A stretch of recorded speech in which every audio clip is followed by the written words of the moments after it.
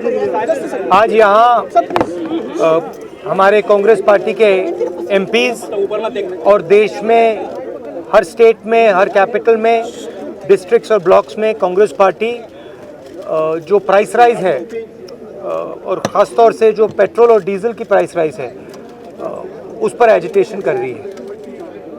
पिछले 10 दिन में 9 बार पेट्रोल और डीजल के प्राइसेस बढ़ाए गए हैं और इसकी चोट डायरेक्टली सबसे गरीब मिडिल क्लास लोगों को पड़ती है। हमारी मांग है कि ये जो प्राइसेस बढ़ती जा रही हैं, महंगाई बढ़ती जा रही है और जो पेट्रोल और डीजल के दाम बढ़ते जा रहे हैं, इनको सरकार कंट्रोल करे और पेट्रोल और डीजल के दाम बढ़ाना बंद करे।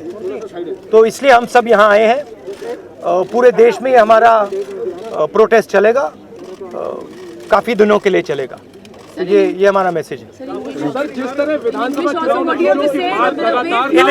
in English we can see that petrol and diesel prices are climbing rapidly. Government is making thousands and thousands of crores from this. Over the last 10 days, 9 times they have been raised. Congress party is protesting across the country in districts, blocks, state capitals, here with our MPs against this price rise, against the rise of petrol and diesel prices. Government has to stop doing this. This is hurting the poorest people in the country and it's hurting the middle class. Government has to ensure that prices do not rise and they stop raising diesel and petrol prices. Thank you.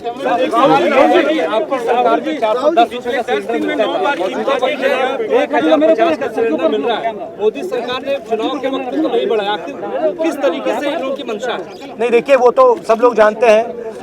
Gas cylinder की price double हो गई है। 102 रुपये है petrol का दाम आज दिल्ली में। ये तो हिस्ट्री में कभी नहीं हुआ है इस लेवल की प्राइसेस।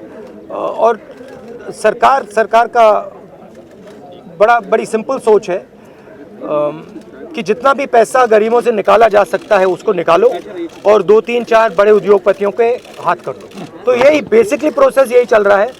फ़ायदा किसको हो रहा है? फ़ायदा जो सबसे बड़े अरबपति हैं 2-3 उनको हो रहा है। और नुकसान किसका है? नुकसान गरीबों का है, मिडिल क्लास का है और जो आम जनता है उनका है।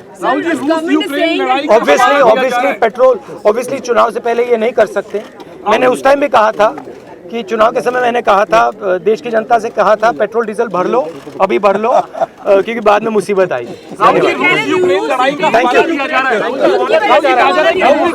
लड़ाई हो रही है।